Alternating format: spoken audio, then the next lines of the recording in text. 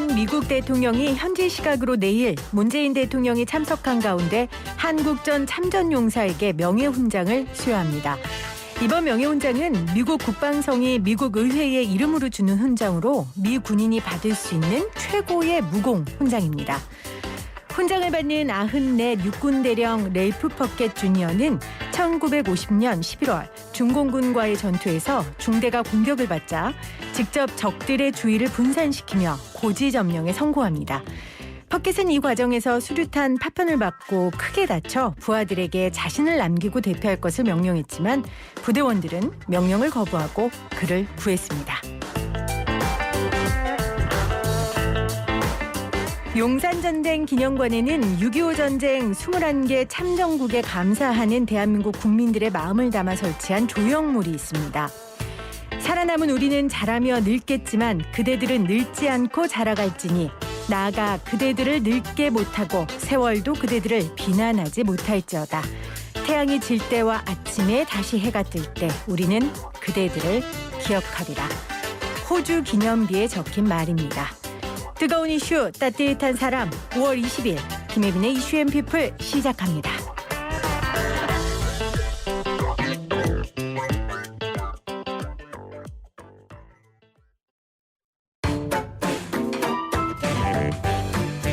팁 1. Today 이슈앤피플.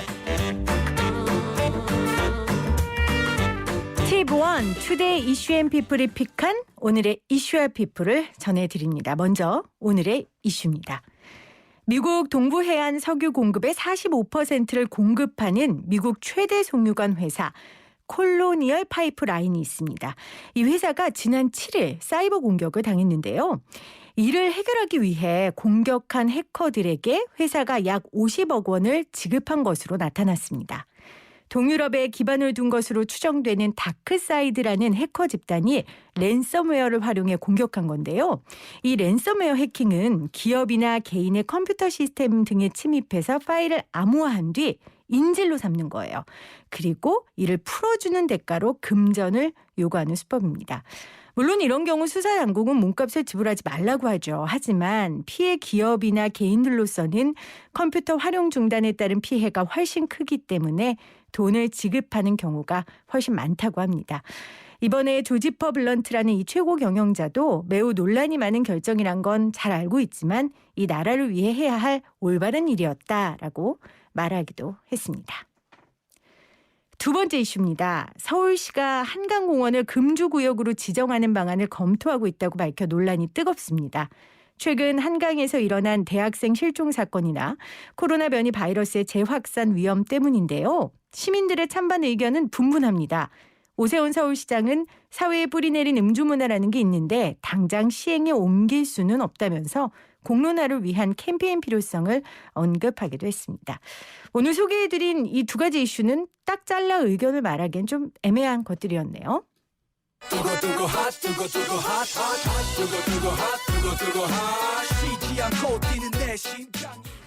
자, 오늘의 피플입니다. 첫 번째 피플은 문재인 대통령입니다.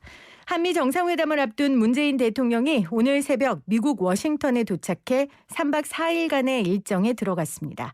바이든 대통령과의 한미 정상회담은 우리 시간으로 모레 새벽 백악관에서 열리는데요. 아주 중요한 이슈들이 산적해 있습니다.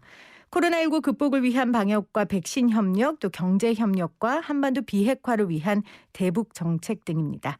두 정상은 회담 직후 공동 기자회견을 통해 결과를 발표할 예정입니다. 두 번째 피플 홍남기 부총리입니다.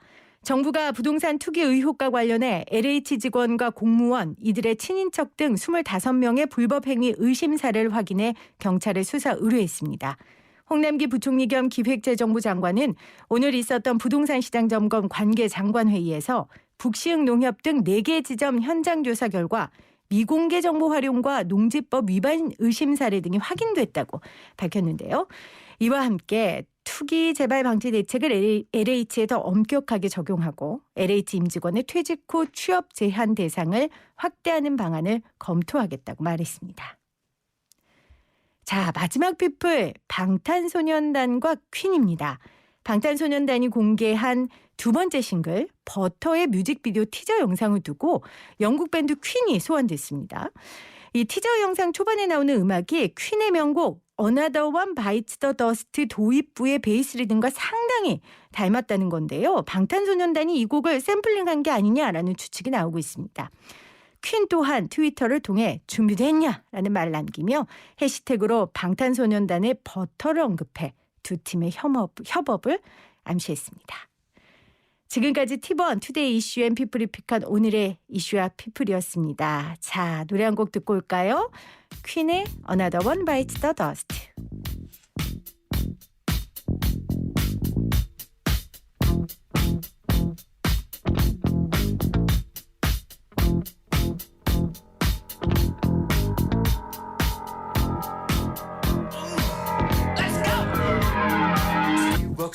Down the street with the brim pulled way down low.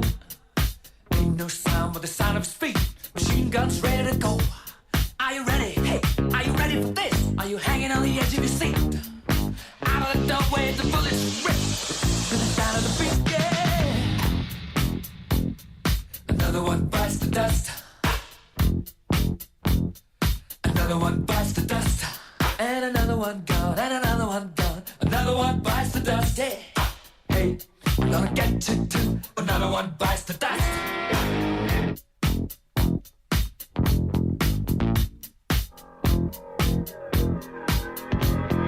How do you think I'm gonna get along without you when you're gone?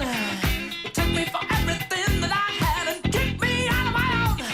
Are you happy? Are you satisfied? How long can you stand the heat? Out of the way, the bullets breathe. Still sound the beat. Look out! Another one bites the dust. Another one bites the dust. And another one gone. And another one gone. Another one bites the dust. Hey, I'm gonna get you too. Another one bites the dust.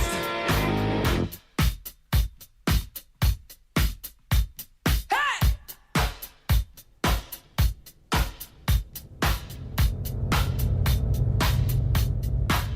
Oh, take it!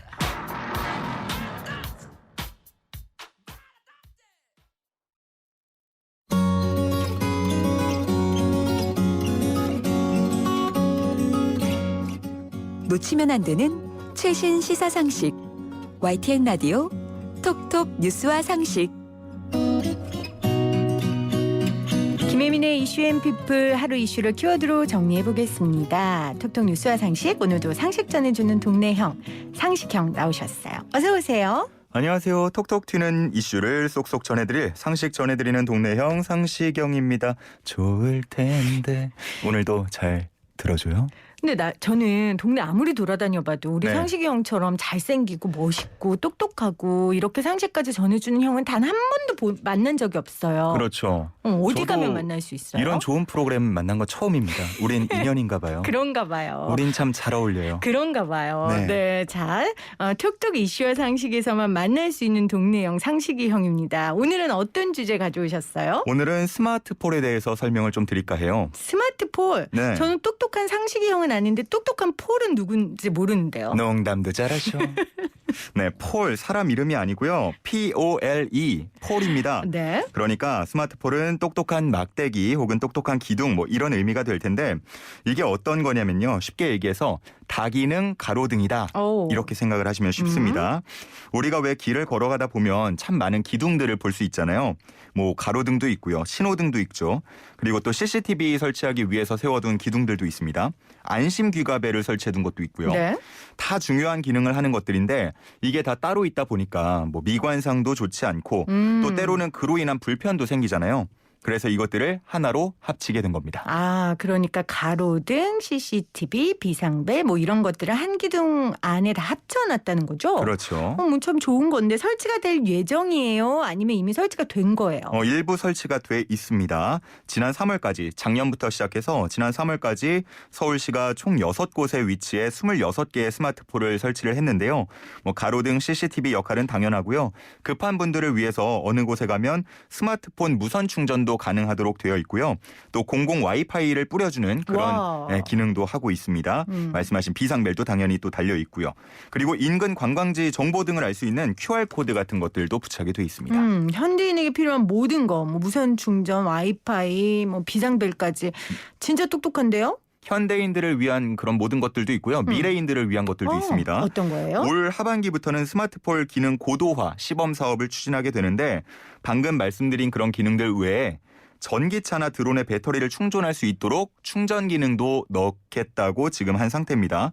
뭐 물론 아직은 충전 방식이라던가 아니면 이용료 과금 방식 그리고 충전할 동안 그 주정차할 공간 마련 뭐 이런 것들에 해결할 문제가 남아 있는 상태지만 이것만 해결이 된다고 하면 그동안 충전소 때문에 전기차 사는 거 꺼려하셨던 분들 상당히 많으실 텐데 네. 그런 친환경차 보급의 마중물이 될 것으로 기대가 됩니다. 와, 안 그래도 똑똑한 우리 스마트폰이 더 똑똑해지는 거군요. 그렇죠. 고도화되는 거죠. 앞으로 더 발전시키겠다는 건데 어떤 부분의 발전이 있을까요? 일단은 뭐 CCTV가 정말 우리 주변에 많다고들 얘기는 하는데 뭐 최근에 이런저런 사건들로 알려졌지만 사각지대는 여전히 있고요. 또 그로 인해서 다 해결하지 못하는 일들이 있잖아요. 네. 그러다 보니까 그 오세훈 서울시장 같은 경우도 지난 4일에 그 SNS를 통해서 스마트폰 표준 모델을 마련해서 이달 안에 운영 지침을 수립하고 시행하도록 하겠다. 뭐 이런 얘기를 하면서 그런 사각지대를 조금 더 줄여나가는데 스마트폰이 큰 역할을 할 것이다 라는 바를 시사했습니다. 자, 오늘 톡톡 뉴스와 상식 우리 상식이 형과 함께 스마트폰에 대해서 알아보고 있는데 앞서 현재까지는 서울 6곳에 26개만 설치가 돼 있다고 말씀하셨어요. 네. 그러면 한강 외에도 또 설치가 되는 거죠? 그렇죠. 서울시 같은 경우에는 올 연말까지 한 190여 개 정도 스마트폰을 추가 설치할 예정인데 일단 지금 현재 사업이 확정된 건 구로구, 동작구, 강동구, 종로구 이렇게입니다. 이 외에도 뭐 평택이나 대구, 부산 같은 지자체에서도 스마트폰을 도입하겠다라고 밝힌 상태고요. 역시나 뭐 이런저런 사건 사고들이 많이 발생을 하다 보니까 특히나 네. 뭐 산에서 뭐 용의자를 특정할 수 없는 사고가 발생한다던가 뭐 이런 일들 때문에 지금 계속해서 스마트폰에 대한 관심이 높아지고 있습니다. 서울시가요 내일 스마트폰 온라인 설명회를 열어요. 그래서 스마트폰의 표준 모델을 소개하고요. 구축 운영 방안을 설명하면서 전국 확산을 지원할 예정이기도 합니다. 생각해보니까 여러 기능을 하던 시설물을 하나로 합치면 미관이 좋아지는 건 물론이고 네. 비용 절감 효과도 있을 것 같아요. 맞아요. 물론 뭐 초기에 설치 비용은 좀 들겠죠. 근데 운영 비용만 보자면요. 시범 사업 중인 성동구청 앞에 젊음의 거리에 설치한 스마트폰을 보면 12에서 21% 정도의 비용 절감 결과를 확인할 수 있었다고 합니다. 이 조사 결과가 나왔고요. 뭐 비용도 아끼고 미관도 더 좋게 하고 시민들도 편리하고 정말 뭐 스마트폰은 똑똑한 그런 폴임은 분명한 보입니다. 네. 자, 상암동 YTN에서만 만나볼 수 있는 똑똑한 동네형 우리 상식이 형이 오늘 퀴즈도 준비해 오셨어요. 퀴즈 맞습니다. 내주세요. 방금 계속해서 설명을 드린 이 주제와 관련한 퀴즈입니다. 똑똑한 기둥이라는 뜻의 이것은 가로등 외에 CCTV, 공공 와이파이, 또 스마트폰 충전 등 다양한 기능을 갖추면서 시민의 안전과 편익을 높이는 역할을 하는데요. 이것은 무엇일까요? 객관식입니다. 1번 스마트폰, 네. 2번 스마트폴, 네. 3번 스마트 해민. 어머, 나 뭔지 알 것 같아요. 답이요? 3번은 아니라는 걸 제가 힌트로 드려도 될까요?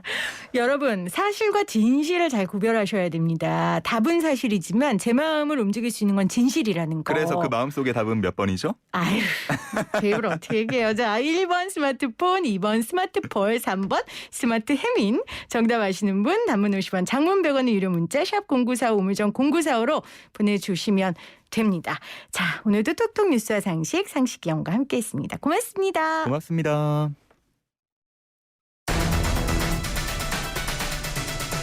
이 시각 주요 뉴스입니다.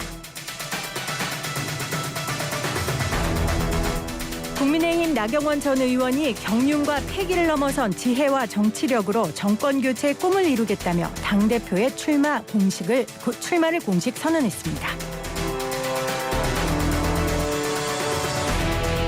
더불어민주당 대권주자인 이재명 경기지사가 야권의 유력주자로 거론되는 윤석열 전 검찰총장에 대해 자명을 끝내고 국민에게 판단을 받아야 한다고 주장했습니다. 서울 강동구 일대 노래 연습장 수십 곳에서 발생한 확진자가 40명을 넘었습니다.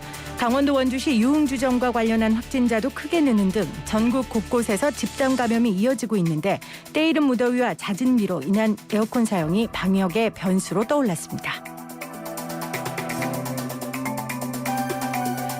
주방기구 소독제를 손소독제라고 속여 팔던 업체가 식약처 단속에 적발됐습니다. 알고 보니 이 업체는 예전에도 같은 수법으로 적발돼 대표가 집행유예까지 선고받았는데 여전히 라벨만 바꿔붙여 같은 제품을 팔고 있었습니다. 지금까지 이 시각 주요 뉴스였습니다. 지금 시각 1시 21분 21초 지나가고 있습니다.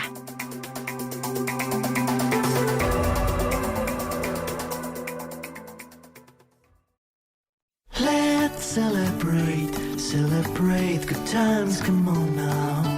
Let's celebrate, celebrate good times, come on now, na na na. 김혜민의 이슈앤 피플.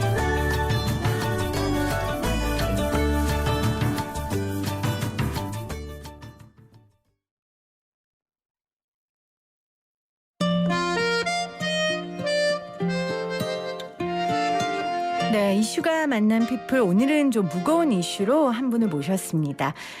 대한신경정신의학회 법제이사인 백종우 경희대 정신건강의학과 교수 나오셨어요. 교수님 어서 오세요. 네, 안녕하십니까. 네, 먼저 피플을 소개해드렸고 어떤 이슈로 모셨는지 저희가 뉴스를 좀 준비했거든요. 듣고 올게요. 지난 5일 발생한 남양주 존속 살해 사건. 60대 아버지 강 씨는 조현병을 앓고 있던 20대 아들이 휘두른 둔기를 맞고 숨진 것으로 조사됐습니다. 아들의 증세는 심각한 상태였던 것으로 전해졌습니다. 집안 벽지 곳곳에는 이해하기 어려운 문구들이 가득했고 방 안에서 발견된 흉기에는 아버지를 죽이겠다는 협박 문구가 적혀 있었습니다. 아주 심해진 거는 올 초부터 더 계속 심해지는 거예요. 강도가 세지고. 강 씨는 숨지기 전 아들의 치료를 위해 수차례 도움을 요청했지만 관할 보건소와 지역 건강복지센터는 번번이 거절했습니다. 환자인 아들 동의가 없다는 게 그 이유였습니다. 네, 자 뉴스 들으셨는데요. 남양주 존속 살해 사건, 60대 아버지 강 씨가 조현병을 앓고 있던 20대 아들이 휘두른 둔기에 맞고 숨진 사건입니다. 또 마음 아픈 일이 일어났어요, 교수님? 네, 네. 예, 참, 또 너무 아프고요. 사실 저희가 2018년 12월에 고 임세원 교수 사망 사고, 또 진주 방화 사건이나 네, 이런 사건들이 계속 반복되는데 맞아요. 그 원인이 잘 해결되지 않는 게 너무나 참 안타깝습니다. 네. 그 전문가 입장에서는 얼마나 답답하고 안타까우시겠어요.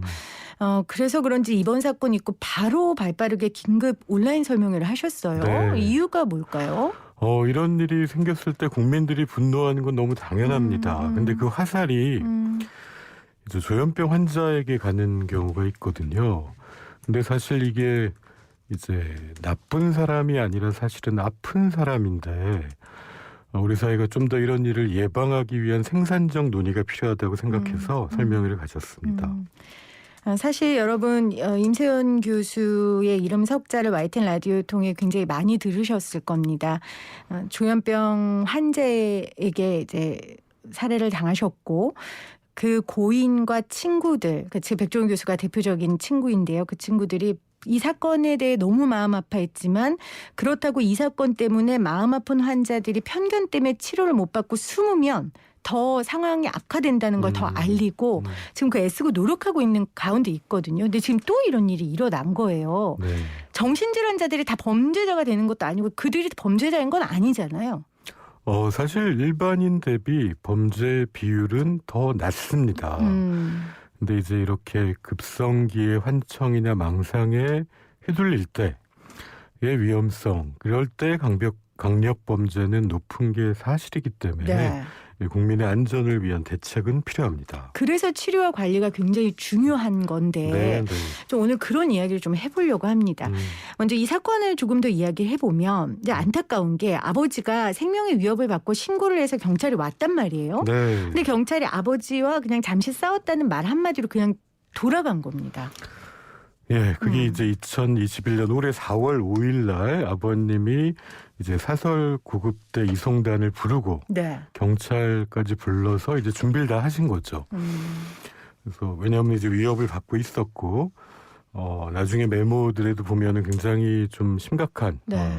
글귀들이 적혀 있었고 그러니까 아버지는 굉장히 현실적 위협을 느끼고 경찰을 불렀는데 이 이제 아들 피의자가 경찰이 왔을 때는 약 잘 먹고 잘 지낸다. 아버지랑 조금 말싸움을 하면 아버지가 꼭 입원시키려고 저러는 거다. 이렇게 대답을 했다고 저도 기사에서 봤습니다. 경찰분은 눈앞에서 굉장히 조용히 이제 조근조근 얘기를 하니까 좀 현실적인 위협을 판단하기 어렵다라고 이제 판단을 하고 아마 돌아가신 것 같습니다. 예. 그러면 우리나라에서는 이런 경우에 네. 강제로 환자를 입원시키거나 할 수 없는 상황입니까 지금? 아닙니다. 그렇지 않습니다. 이게 사실 이 상황을 제대로 판단이 됐다면 아하. 왜냐하면은 집에 그런 메모에서도 굉장히 공격적인 표현들, 위협하는 표현들이 계속 있었고, 네네. 그리고 이제 연상의 이완이라고 표현하는데 이렇게 논리적인 구조가 많이 깨져 있고, 이런 것들이 충분히 정보를 정신건강 전문가가 보았으면은 응급 입원이나 이제 보호 의무자에 의한 입원을 시킬 수 있었을 텐데 이 단계에서 가장 안타까운 거는 집에서 응급의료센터까지 가는 병원까지 가는 이송 단계에서 이루어지지가 않은 거죠. 지금. 이송 단계조차가 안 된 거죠. 그렇죠. 그러니까 병원으로 이송이 됐으면 네. 전문가가 와서 살펴보고 네. 판단을 했을 텐데 그러니까 상황과 환자에 대한 제대로 판단만 있었어도 이런 비극을 막을 수 있었을 텐데 네, 네. 그럼 지금 우리나라의 현재 정신응급 상황의 문제점 전문가가 보기에 어떤 게 있습니까? 가장 심각한 게 진주방화 사건 때도 네. 이제 경찰이 7번 출동을 했는데 7번이 이제 사고가 나서 20명이 넘게 사상자가 발생한 후였지 않습니까? 근데 이제 이웃들이 볼 때는 굉장히 위험한데 그렇죠. 신고만 하면 경찰이 가면 조용하게 대답하는 거예요. 그러니까 경찰분은 눈앞에서 뭐가 확인되지 않으니까 뭘 할 수가 없다라고 돌아가시고. 근데 이게 저희가 제일 안타까운 건 지금 경찰분들이 너무너무 바쁘지만 여러 분야의 일을 해야 되고 안전의 전문가지 정신건강의 전문가가 아니지 않습니까? 그러니까 미국이나 유럽에는 경찰이 판단하지 않습니다. 일단 무조건 경찰은 이송만 하는 거거든요. 지역사회에 정신응급센터로 이송만 하고 경찰이 길을 헤매이지 않도록 병상을 항상 몇 개를 비워둡니다. 그러면은 한두 시간이면 이미 끝나죠. 그래서 그 평가와 판단은 정신건강 전문가가 하는 겁니다. 네. 예. 근데 우리는 이게 자꾸 현장에서 판단이 이루어지거든요. 그 경찰이 이송만 해줘도 되는데 네. 사실 이제 이런 거 지적할 때마다 또 경찰분들한테 굉장히 죄송한 것들이 있어요. 맞습니다. 왜냐하면 업무가 굉장히 많고 이분들도 네. 너무 멀쩡하고 거기서 얘기를 하니까 만약에 강제로 이송을 하면 인권 이야기가 나올 수도 있고 여러 가지 책임을 맞습니다. 져야 하니까 그러니까 이런 게 신고가 들어오면 같이 출동할 수 있는 정신건강 전문가가 제도적으로 배치되면 참 좋겠네요. 정확한 표현이시고요. 저도 경찰 탓을 하고 싶은 마음이 지금 시스템에서 하나도 없습니다. 왜냐하면 이분들을 경찰을 지원하는 시스템이 있어야 되거든요. 물론 그렇죠. 이제 낮에 우리나라의 정신건강복지센터가 같이 동행하고 애쓰고 있는데 야간이라든지 이렇게 응급대 항상 이제 빈 곳이 많거든요. 네. 그 옆에 대만이라든지 유럽에는 다 24시간 지자체 공공병원의 정신과 전문의가 경찰 전화를 받아주고요. 애매해서 우리가 지금 이송을 할지 판단 못하겠다. 그럼 찾아갑니다. 그 자리로 가거든요. 그래서 정신건강 전문가의 도움을 받아서 이송을 하는 거죠.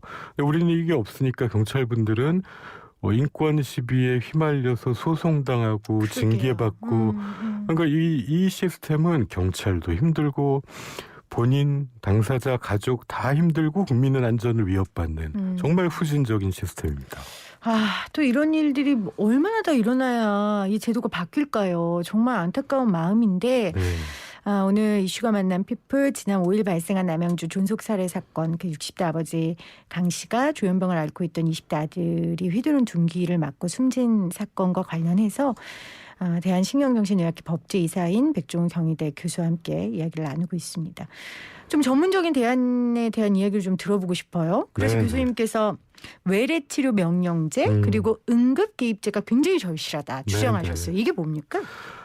일단은 이제 국가 책임자 그러면 굉장히 거창해 보일 수 있는데 우리나라가 2017년에 치매 국가 책임제, 뭐 지금 정부의 공약이죠. 네. 발달장애 국가 책임제 얘기가 나오는 게 우리가 굉장히 세계에서 빠른 속도로 핵가족화 산업화가 되다 보니까 이 부양 부담이 큰 질환을 감당을 못하는 건데 그래서 저는 치매나 발달장애 당연히 꼭 필요하다고 생각되는데 이 중증 정신질환은 본인도 괴롭지만 다른 사람을 해칠 수 있는 분도 일부 있는데 네.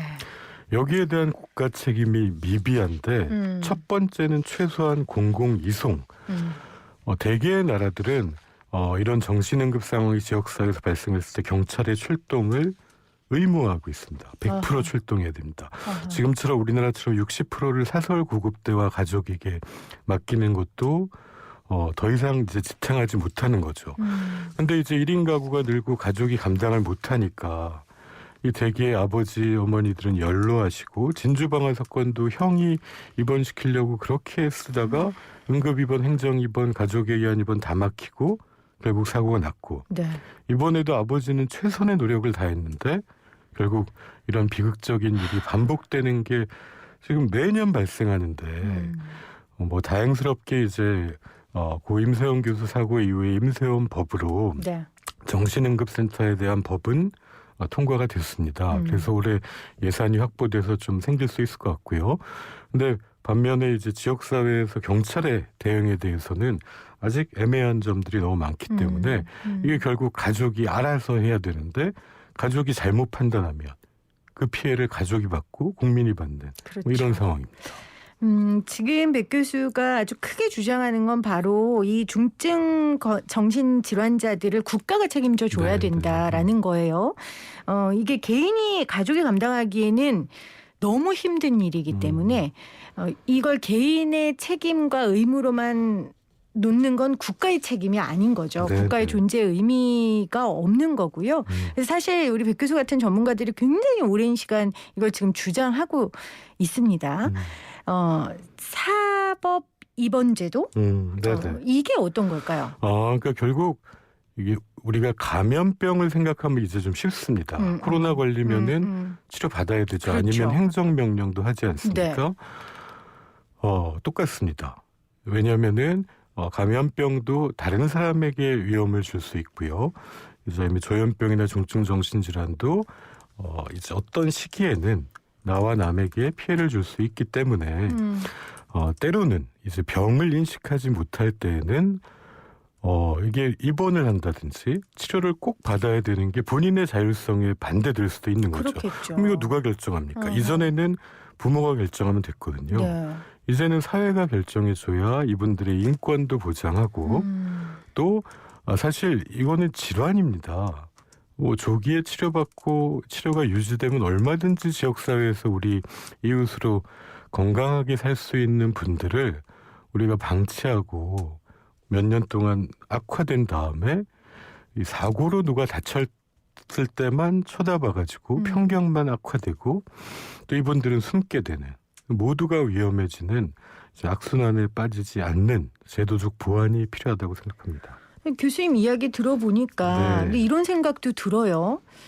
예전에 정말 그런 일들이 있었고 우리 영화 같은 데 보면 정신질환자들 강제 입원을 악용하는 경우도 굉장히 맞습니다. 많잖아요. 특히 지금 사회가 판단한다는 게 무슨 말인지는 알겠지만 어떻게 네. 보면 공권력이 개입돼서 개인의 사례를 판단한다는 건데 네. 이것도 굉장히 위험 소지가 있지 않을까요? 그렇죠. 이전에 그런 이슈 때문에 법 개정이 있었던 그렇죠. 거고요. 그래서 이제 환자가 아닌데 입원을 시킨다든가 이런 이제 법의 이제 사각지대를 이용하는 거, 그 다음에 환자를 몬다든가 이런 것들이 이제 우려가 될 수 있었기 때문에 그래서 미국에서는 이제 사법 입원제라 그래서 비자의 입원을 판사가 결정하고 영국이나 호주 같은 국가들은 이제 정신건강 심판원이라 그래서 네. 이제 준 사법행정기관을 두고 거기에 이제 의사, 법조인, 시민단체 추천위원이 72시간 내에 입원을 결정해 주거든요. 굉장히 신속하군요. 네네. 그래서 이런 것들이 왜 그렇게 하느냐. 일단 본인의 의견을 충분히 듣기 위해서라고 얘기하고요. 청문 절차를 꼭 거칩니다. 그 다음에 이제 법원이 판단을 하는 거죠. 이거는 외래에서 꼭 치료받으시라는 우리 지금 행정명령 하듯이 결정을 내려주고 입원하는 게 좋겠다. 대신에 이 결정을 사회가 하니까 그에 따른 비용에 대한 지원도 있고 또 지역사회의 복지 서비스나 뭐 재활 치유를 위한 서비스들을 도와서 오히려 본인이 스스로 알아서 치료받을 수 있는 좋은 환경을 만들어주는 데에 사회가 관심을 가졌더니 이런 사고가 현저히 줄고 그 결과로 오히려 모두가 안전해지고 편견이 줄더라는 거죠. 그렇겠죠. 네. 이분들이 가장 원하는 거, 이분들의 가족들이 원하는 거는 치료를 해서 함께 살아나가는 건데 맞습니다. 그리고 우리도 함께 살아가야 우리가 또 안전한 거고요. 네네.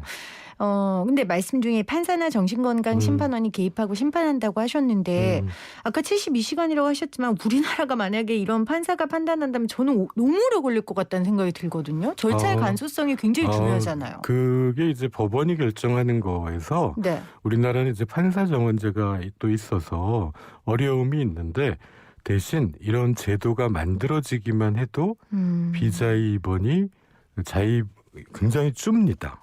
왜냐하면 이렇게 할 수 있다는 제도가 있다는 것만 해도 네. 설득이 가능하거든요. 제가 15년 동안 정신건강복지센터장을 했는데 매일 똑같은 문제를 해결하지 못한 게 이웃에 중증정신질환자가 있어서 굉장히 위험한 소리가 계속 들려요. 아하. 센터에서는 설득 외에는 방법이 없는 거예요. 누가 다치지 않는 한. 그러면 그 위험한데 지금 이게 반복됐는데 치료받지 않으면 이렇게 심판원이나 법원의 절차를 통해서 네. 거기서 이제 본인의 의견을 내십시오. 이 절차가 있는 것만 해도 같이 설득해서 그렇죠. 할 가능성이 훨씬 높아지기 때문에 오히려 그런 행정 부담도 실제 시행하고 있는 나라들에서는 줄어들게 됩니다. 그러니까 아무나 이런 판단을 하는 게 아니고 그렇죠. 정말 그 교육받고 훈련받은 전문가들이 판단할 수 있는 길이라도 좀 닦아달라는 말씀이신 네, 거예요. 네, 그렇죠? 맞습니다. 운신의 폭이 있어야 전문가들이 도와주지. 네. 지금 이 상황에서는 전문가들이 할 수 있는 게 없으니 얼마나 답답하겠어요. 우리나라는 집안에도 못 들어가거든요. 그런데 심판원이나 사법위원이 없는 일본도 지자체 공무원이 정신과 전문의를 대동하고 그거 신고가 들어온 옆집 분의 집안에 들어갈 권리가 있습니다. 아하. 그리고 평가를 할 수가 있고요. 거기서 위험하면 행정입원을 시키니까는 이런 사고가 적은데 우리는 그거조차 이루어지지 않고 설득만 해야 되니까 그냥 뻔히 알면서도 이런 일이 안타까운 일이 생기고 있습니다. 사실 우리나라가 이제 현대사를 보면 개인의 자유와 인권에 굉장히 예민하고 그걸 성취하기 위해서 많은 사람들이 헌신하고 희생해서 얻은 거기 때문에 네. 좀 다른 여러 가지 가치에 비해 개인의 자유와 인권에 굉장히 무게를 주는 게 사실이에요. 그러다 보니까 이런 분야까지도 네. 우리가 같은 기준으로 자꾸 보는 것 같은데 이건 굉장히 특수한 경우니까 네. 이 부분에 대한 좀 논의가 빨리 진행돼야 될 것 같아요. 저는 이제 대개 외국도 국민소득이 한 2, 3만 달러가 넘어서 네. 어느 정도의 급성기 신체 질환의 치료가 좀 되고 나서 이제 사회가 핵가족화되면서 이제는 정신 건강에 대한 사회적 관심이 필요하다는 시기가 다 미국 유럽은 80년대 후반부터 시작해서 이제 3, 40년 그렇게 해온 거거든요. 한국도 지금 이 문제가 중요하다고 느끼는 분들이 늘고 있고 또 어느 분야보다 또 이제 빠른 속도로 우리나라의 네. 특성상 또 해결해 나가리라고 믿습니다. 네. 알겠습니다. 네. YTN 라디오가 대한신경정신의학회 오츠카와 함께 지금 마음주치라는 프로그램을 진행하고 네, 있는데 저희가 그 프로그램을 만든 이유도 마음 아픈 분들이 숨지 말고 이 방송을 듣고 좀 오픈하고 본인들이 좀 치료를 적극적 받고 가족들도 도와달라는 의도로 저희가 이 프로그램을 만들고 있잖아요. 맞습니다. 정신질환자인 당사자 스스로가 치료를 받고 싶은 환경을 조성하는 노력 굉장히 필요할 것 같아요. 우리가 꼭 이분들의 얘기를 꼭 적극적으로 들어야 되는데요. 조현병 환자 당사자 네. 단체들하고도 저희가 월요일날 같이 행사를 했거든요. 거기서 한국정신장애인협회나 파도송 같은 단체분들이 지역사회에 정말 좋은 치료 환경, 다양한 선택지가 있어서 결국 스스로 찾아갈 수 있는 분위기가 만들어져야 되고 네. 또 이런 선진국에서는 겪다 보니까 이 당사자분들이 동료 지원가라는 형태로 아파본 사람이 다른 아픈 사람을 처음 같이 만나는 겁니다. 누구보다도 또 잘 설득할 수 있는 힘이 있거든요. 그럼요. 그래서 이분들이 꼭 대상이 아니라 우리 같이 이 어려움을 해결해 나가는 동반자로 또 이제 다양한 선택지를 가지고 할 수 있다고 하면은 사실 조현병이나 정신질환이 있어도 우리 주변에서 굉장히 건강하게 네. 생활할 수 있다는 것을 이미 수많은 사람들이 보여주고 있고요. 또 더 그렇게 되리라고 믿습니다. 네. 지금 청취자들도 문자로 맞는 얘기긴 한데 조현병 환자들 너무 무섭다 이렇게 보내시거든요. 네네네. 이런 분들 너무 당연한 얘기예요. 네네. 사실 저도 그렇거든요. 이슈를 전하는 맞습니다. 저도. 어떻게 해야 이거를 좀 우리 일반 시민들이 받아들이고 생각해야 될까요? 그 무섭다는 표현이 당연한 게 대개는 되게 뭐 이런 엄청난 뭐 살인이 일어났다. 그러면은 이유가 있지 않습니까? 사람들이 이유를 찾죠. 되게 무슨 돈 문제라든지 원한이 있는데 이 경우는 지금 증상에 의해서 일어난다 그러니까는 이제 국민들 머릿속에는 굉장한 공포, 나도 피해자가 될 수 있겠구나 이런 마음이 당연히 생길 수 있고요. 네. 또 이게 뭐 감형받으려는 거 아닌가 이런 분노도 당연히 있을 수 있습니다. 있죠. 네. 전혀 이상하지 않은데 근데 사실 이 사람들은 그 행동이 나쁜 의도를 가지고 누굴 해치려고 그런 게 아니라 그게 그 병의 증상이었다는 겁니다. 그게 조금만 빨리 발견이 돼서 약을 먹고 또 좋은 치료 환경에서 치료를 받았다면 우리 주변에서 얼마든지 건강할 수 있는데 제가 사실 요 얘기까지만 하겠습니다. 제가 작년에 우리 임세원 교수를 잃은 다음에 몇 달 후에 어떤 분이 오셨는데 저보다 체격이 한 1.5배는 크고 그 치료감호소에 있다 오셨는데 범죄의 이름이 살인미수였습니다. 근데 치료를 받으러 오셨어요. 저도 전 여태까지 한 번도 환자한테 맞거나 다친 적이 없는데 정말 두렵더라고요. 그 친구를 잃은 그 얼마 트라우마와 후에. 나의 그 불안함이 합쳐져서 얼마나 힘드셨겠어요. 그랬는데 좀 이따 이분이랑 얘기를 시작하고 한 번, 두 번, 세 번 만나다 보니까 너무나 선량한 사람인 거예요. 이분이 오는 게 기분이 좋아질 지경인데. 근데 그때는 왜 그랬느냐.